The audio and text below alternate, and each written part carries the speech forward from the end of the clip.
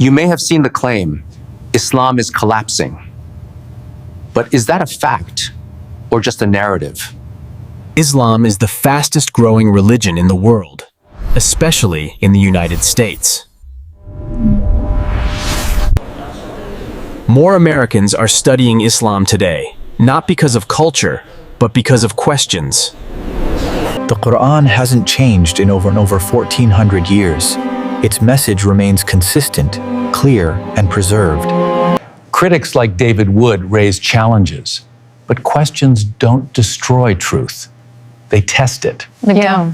Islam doesn't spread by force today.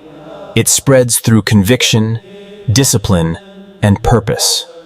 A collapsing religion wouldn't attract millions of educated converts worldwide. So the real question is not why Islam is collapsing, but why it keeps growing.